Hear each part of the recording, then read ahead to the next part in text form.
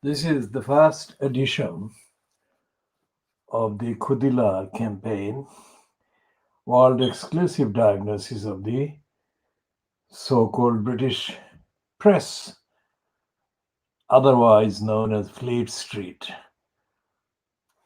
And I'm looking at the Mail on Sunday and the piece by Peter Hitchens on page 31, in which he is making a comment about his trade. So let's read the bit that he has written. Nearly 3 months ago, says Peter Hitchens on the Mail on Sunday, he said that here in his column that Julian Assange, left of WikiLeaks, should not be extradited to the USA by a British court. Anybody who believes in press freedom had to take this position, whether they liked him. And within brackets, he says he doesn't. That is, he doesn't like Julian Assange or not. So Hitchens says that he thinks Stella Maurice, mother of 2 of Julian Assange's children, has conducted herself with great dignity in fighting for Assange's release. He was astonished that almost nobody in the British media joined him, that is Peter Hitchens, in supporting this call, the call that a British court should not extradite Julian Assange to the USA. So now that a judge has refused to extradite him, Hitchens thinks this to say that all the men and women of his trade, that is what he calls his trade of writing in Fleet Street, and then he puts the question, how does it feel to be outdone in support of justice and liberty by a judge? A judge has shown more guts towards the establishment than you, that is his fellow, he calls them journalists, supposedly independent supporters of free expression. Have you got that, he says. And that's Assange's kind of issue that Peter Hitchens writes about. Now, in this piece, therefore, Hitchens comes across as typically two-faced, two-sided, contradictory, dishonest preacher of morality and ethics. About 18 years ago, I think, or maybe 22 years ago, I mean, between 22 and 18 years, can't mention the exact date. As I speak, I was sitting on a bench on the embankment, not far from the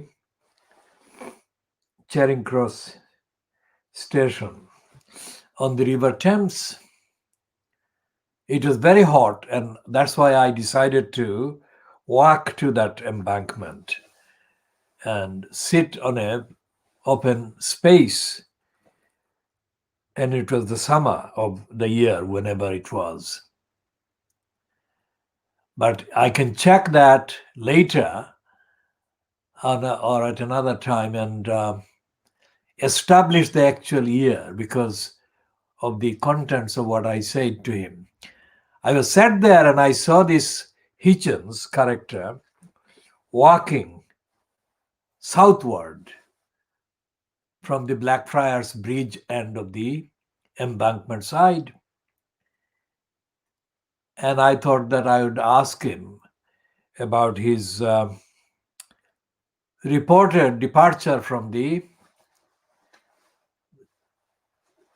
Daily Express or Sunday Express, which he was writing for at the time. And the reason why I asked him about that was because of the report that had just been published somewhere in one of the press or more than one of the press. And that was linked with the acquisition of the ownership of the Express group of so-called newspapers by Dirty Desmond. Dirty Desmond is Richard Desmond, the pornographic billionaire. Desmond wasn't a pornographic billionaire at the time, but he was a pornographic merchant. And the report about Hitchens was that as a result of Desmond's taking over the Express group, Hitchens was going to leave the Express or had just left. So the time of the year would be about the time when Dirty Desmond took over the Express group. Why am I elaborately speaking about that? The answer is the Hitchens is the younger brother of Christopher Hitchens, who is no longer around. Christopher Hitchens and Peter Hitchens, both of them, I think, belong to the Socialist Workers' Party. And both of them moved away from the Socialist Workers' Party and became very critical of the Socialist Workers' Party, as well as of other so-called left-wing socialist outfits in Britain. And the Hitchens is strangely given a column by the right-wingers. Dirty Desmond's predecessor as owner of the Express Group, whoever that was, gave him the column. And since he left the Express Group, Hitchens has been given space by the Daily Mail Group. And this is strange because Hitchens claims to be an ex-socialist or ex-communist, and yet he's writing in the most ferociously right-wing of the titles in Fleet Street. Now, that is not a secret. That is clearly obvious. But why I'm talking about this is to show that there is no genuine socialist in Britain, not in Fleet Street anyway, not in the media anyway, and most certainly not in Parliament. Never has been. As I say, Tony Benn was a fraudster, political fraudster, because he staged his rebellion against the kind of peerage that he had inherited from his father. And he was called Viscount Stansgate. Now, Benn was the most notorious so-called left-winger in Parliament. He never was a left-winger. He was opportunist, trading on the level of being a left-winger. And of course, Michael Foot was not a left-winger. These people, Michael Foot is even worse than Tony Benn in terms of the contradictory stupidity that he showed. He wrote a tribute to Beaverbrook, of all people, and he called it the Debt of Honor. Now, Beaverbrook was a racist, was an ultra-capitalist opportunist liar, warmonger, and self-seeker who ingratiated himself to Winston Churchill when Beaverbrook was in control of the Express. So Michael Foote, who paid huge tributes to Beaverbrook, could never be a socialist and do that. So as I say about Jeremy Corbyn, Corbyn is not a socialist, and not only that, he's intellectually very challenged.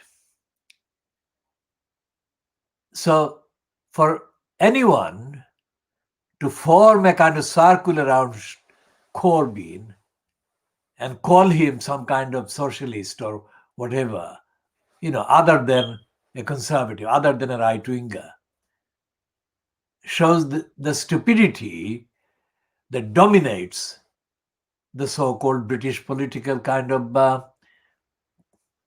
field. And I'm talking here exclusively of the indigenous white ones that support or claim to support Corbyn. And as I've said before, the British so-called left didn't oppose colonialism. And it isn't opposing colonialism even today. So whatever the reason for the British colonial occupation of the subcontinent to end formally in August 1947 was not done because of any role played by the so-called left.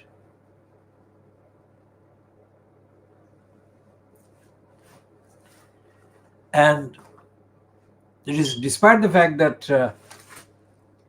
the Labour Party is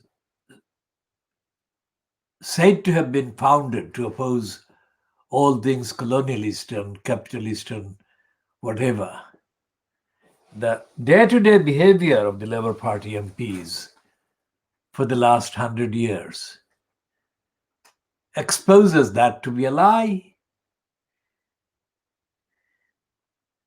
And our concentration has been, for the various contextual and evidential reasons, on the behavior of Ken Lying Still Livingstone,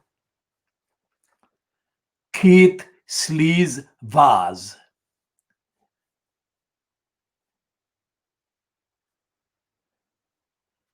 and a fan of the neo-racists and neo-fascists, Farage and Steve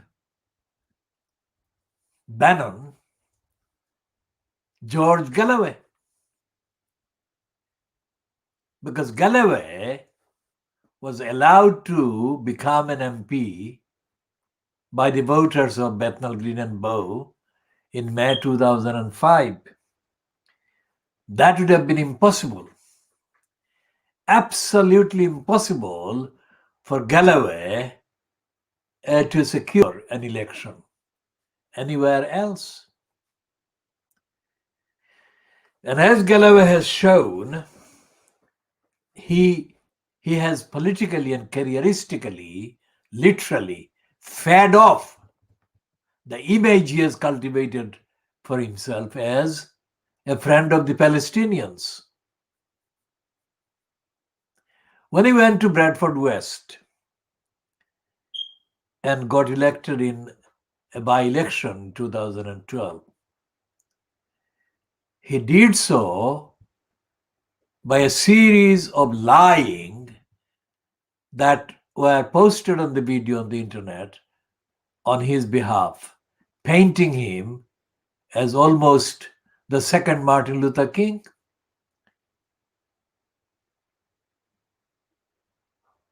Now, since getting ousted from Parliament at the 2015 election, Galloway is not an MP, he's not a mayor of anywhere, and he is unlikely to be elected MP anytime soon. despite the fact that he begged. He publicly begged Nigel Farage to give him the chance to stand as a Brexit Party candidate in Peterborough. So these people claim to be the current or contemporary friends of the Palestinian people or opponents of racism. They are not anything of the kind.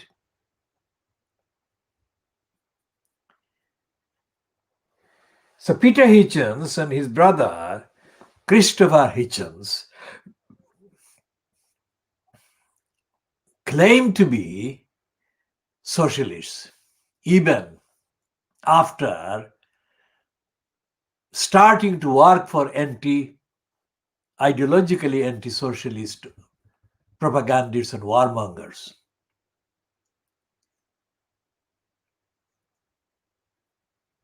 So for Peter Hitchens to write this thing about his trade being about freedom of expression and all the rest of it is absolutely stupid and factually unsustainable, totally unsustainable fakery, as is the fakery of his morality and ethics.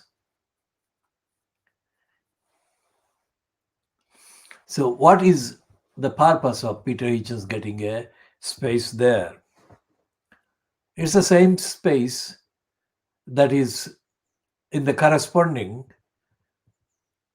outlet owned by the dirty digger Murdoch, occupied by David Aaronovitch, who claims to have been as a Communist Party member, British Communist Party member,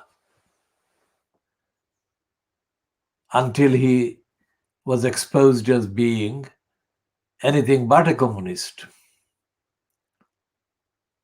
When our campaign contacted him soon after he got a job at the BBC and asked him about his communist kind of claims to have been communist in the past, Aaronovitch replied that that question constituted a slur on him. That was not a slur. That cannot be a slur. The only reason why he called it a slur was to dodge answering the question.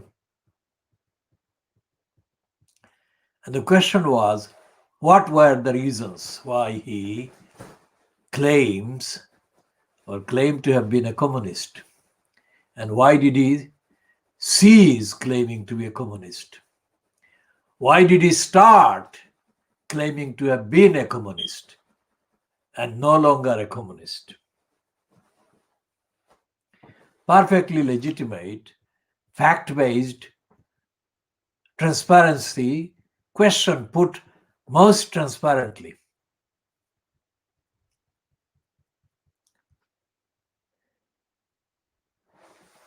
And then he says, possessively, he says his country. Peter Hitchens has the gall to call it his country and not include anybody else.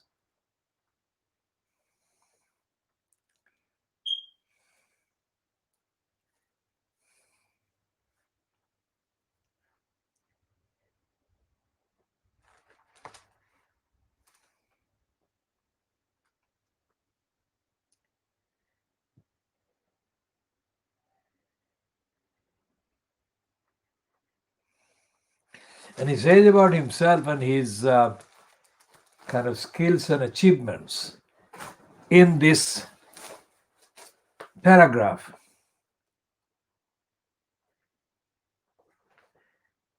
I have seen people die, hard bullets zip past, watched great states turn to dust, reported from more than 50 countries. I have published books about the colossal changes in Britain which have happened in my lifetime. I have been incredibly fortunate. So I thought I had a special duty to speak out against something I thought was wrong. What does he mean by fortunate? He doesn't explain that. It was unpopular, but so what? Free speech usually is. I have done it before on smaller issues, but this time it is different. I am, for the first time in my life, deeply afraid for the future of freedom in my own country. So should you be? But he fails.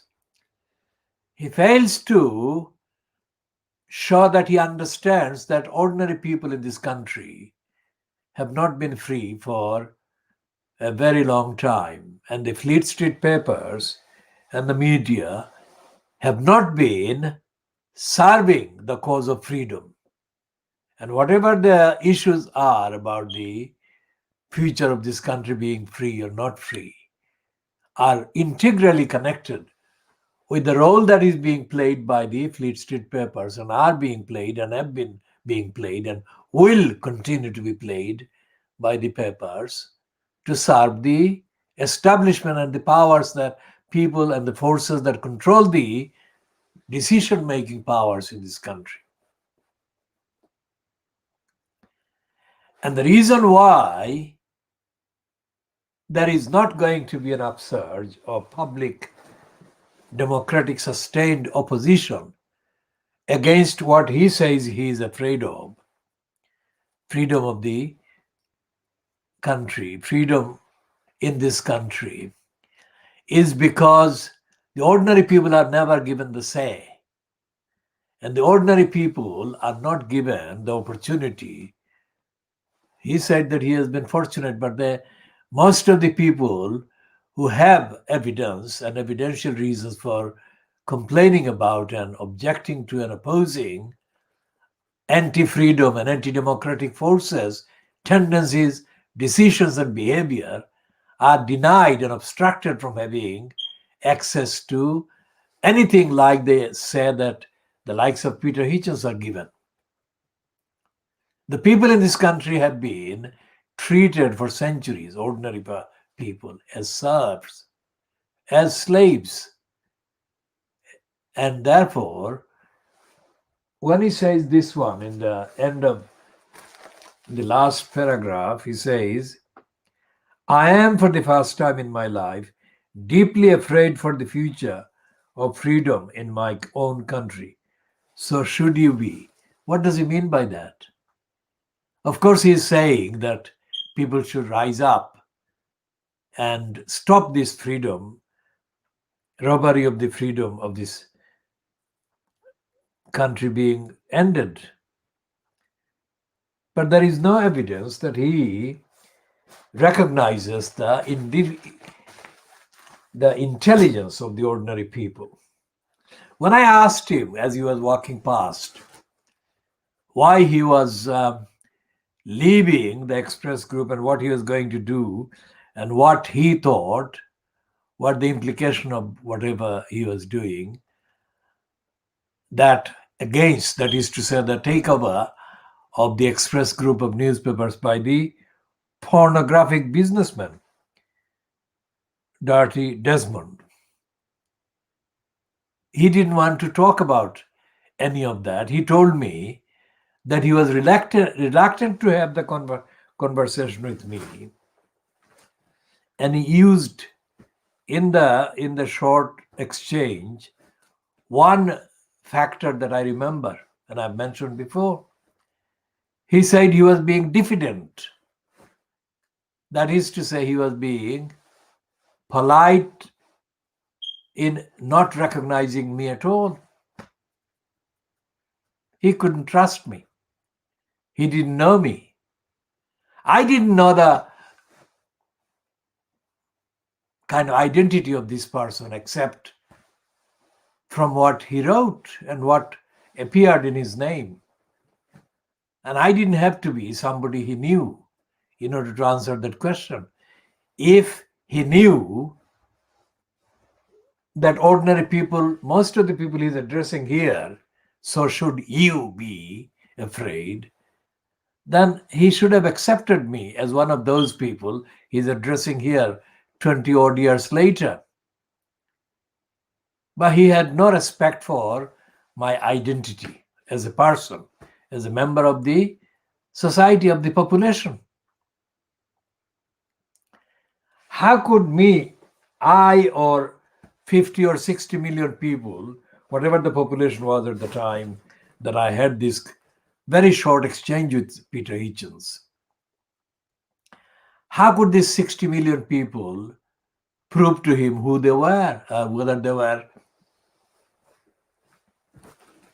trustworthy or not? The content, the essence of my question was quite clear, quite obvious. It didn't need a long series of evidential supporting statements by me as to who I was or what my locus was. But the only reason why this racist was refusing to have a full conversation with me was because he saw me as a non-indigenous, non-white person. That's it. I had similar experience with the Observer's long-standing racist called Alan Watkins in Fleet Street itself. And he refused to talk to me. I asked him a question that was of the highest quality in terms of the content, and morally and ethically, absolutely, logically, brilliantly sober and rational. The only reason why that racist, drunkard, refused to have the conversation with me was because he saw me as a not white person, whatever else he saw. The only person that actually spoke to me was a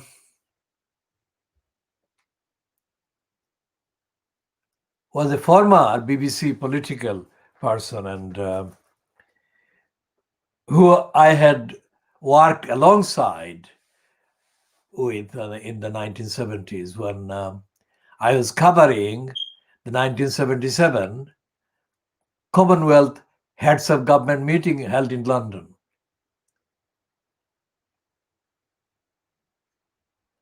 And he became an independent, Martin Bell, he became an independent MP for one term. And he resigned because he said he would only serve for one term. So when I saw Martin Bell near the St. Paul's Cathedral, crossing the road once, and asked him about his criticism of corruption, political corruption in Britain, which is what he was being featured in the news about. And I asked him what motivated him and whether he would continue. He said he would, and I said he should continue, and he thanked me for that. And the other one was Alan Clark, the Conservative MP, now dead, Alan Clark, who I talked about the Downing Street cat being murdered by Tony Blair and his wife immediately after they got in 1997. And I spoke to Alan Clark in Fleet Street. He was coming northward and I was going southward in Fleet Street at the kind of opposite side of the junction to Chancery Lane and Fleet Street. And Alan Clark had a brief conversation with me in which he said that he believed that the Blairs had the cat murdered because Cherie Blair didn't like cats. All the other kind of personalities and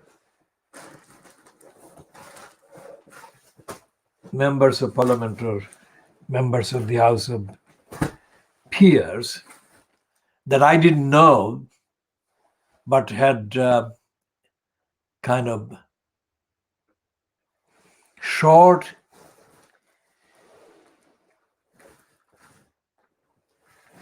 kind of contracts with turned out to be like that. I have had encounters and contacts with hundreds of people, but I'm mentioning these to illustrate that the quality and the standard of the topics that I raised with these people that I approached as a stranger were always of a higher quality and standard and level than the average white person that they would be happily talking to. So that is racism, but it's racism in the context of the empire and the imperialists. And the reason I'm talking about that is because in the Fleet Street papers, I mean, today's papers, £18.50, I think they cost, the ones that are published on Sunday. And they've got thousands of pages, or pagination runs into thousands of pages. But these are empty of substance, empty of quality. And as I have been factually demonstrating over the last, since July, I think, on these broadcasts. But before we started these broadcasts, online and in print and in other forms, in communications, broadcast and made available and made otherwise, the Fleet Street papers, first of all, are liars, purveyors of lies. And the platforms given to the likes of Peter Hitchens are platforms as part of the lying business. It's not a peripheral side word, lying and lies. This is the central business that Fleet Street is about. As I said yesterday, or maybe not yesterday, maybe on Friday. Today is Sunday, so it must have been Friday or a few days earlier anyway. What I said was that the normal definition of journalism is cover a story, that is to say, report a story. But the actual role that the Fleet Street papers have been playing is covering up, not reporting, but suppressing the evidence and the facts. And every single page on the Sunday versions of the Fleet Street contains at least 2 or 3 different contradictory positions about everything. Now, they say that Hitchens is not the first one to talk about his country and the threat that this country faces from the government and the state. Nigel Farage is the other one. And others have been similarly kind of vocal about their concerns for the lack of freedom. But all of these people, including Enoch Powell, Tony Benn, and others, that I've just mentioned 2 of the names that have long lists of disciples and followers and fans. So these people have been all liars. What they're kind of being notorious as eccentrics and rebellious is based on the fact that their version of the lies and the lying is different only in terms of the extent of civil liberties that they are kind of risking by championing a particular approach or not. But essentially, their contempt for ordinary people, the so-called the many, the contempt is actually common between them and among them. Enoch Powell didn't actually consult the evidence of ordinary people's encounters with people of African and Asian origin, nor did Tony Benn. But they both claim to be speaking in the name of the ordinary people. And they didn't respect the ordinary people. The same applies to the likes of Ken Livingston Livingston, George Galloway, Jeremy Corbyn, and Keith Sleaze Vaz. Now, Keith Sleaze Vaz is of Indian origin from Goa, who was born in Eden, I think. And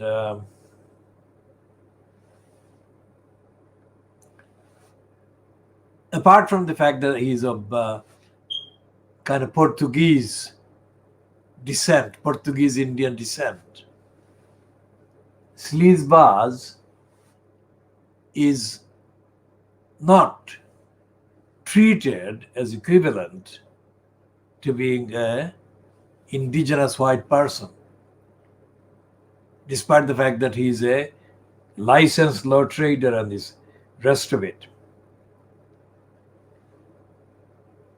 And this is why Sleaze Vaz needed the pretense of being a nominee and the champion of the black sections in the Labour Party before being selected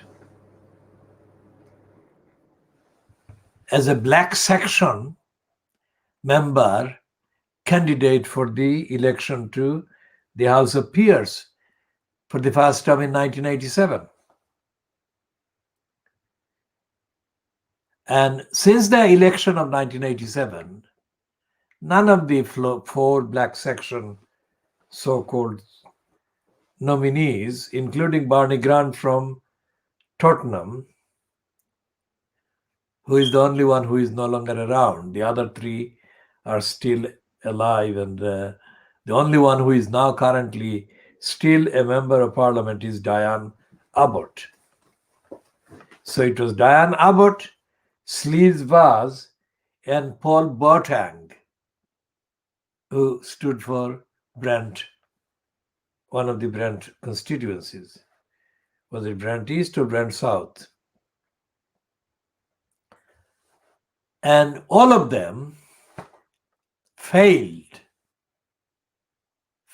to speak on the level of constitutional relevance and generally affecting the behavior of the Labour Party as a racist party, the behavior and the role of the House of Commons as a racist House of Commons, the behavior of the government or series of governments in this country as racist governments, the behavior of the local councils in their constituency areas as mainly racist and corrupt.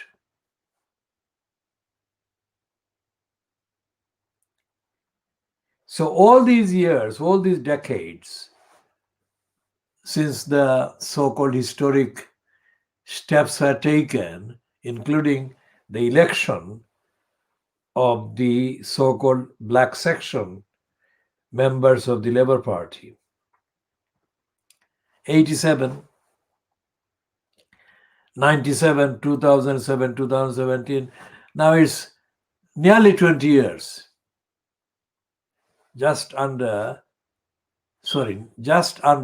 40 years.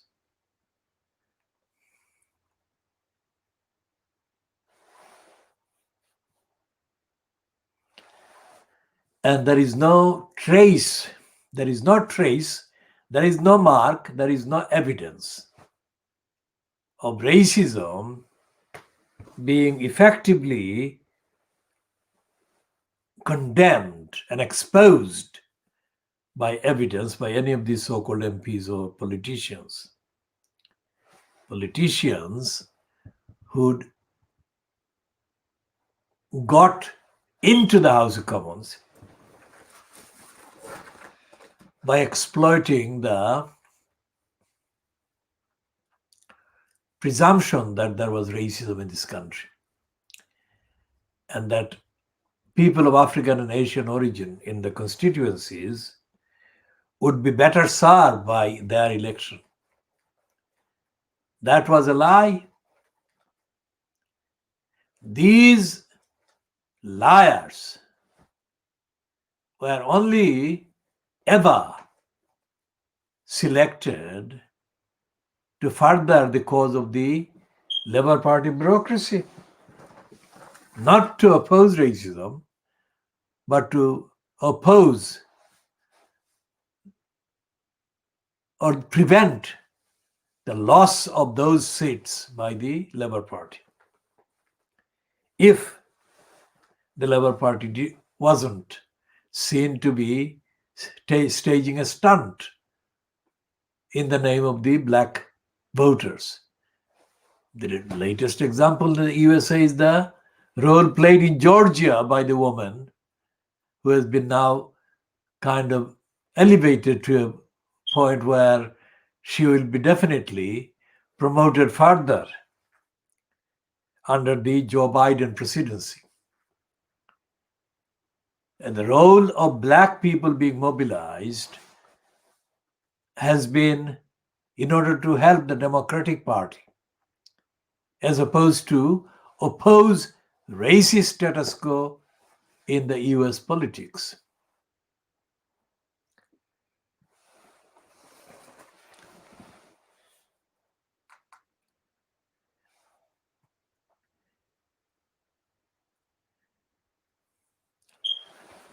We shall be talking next on the contents of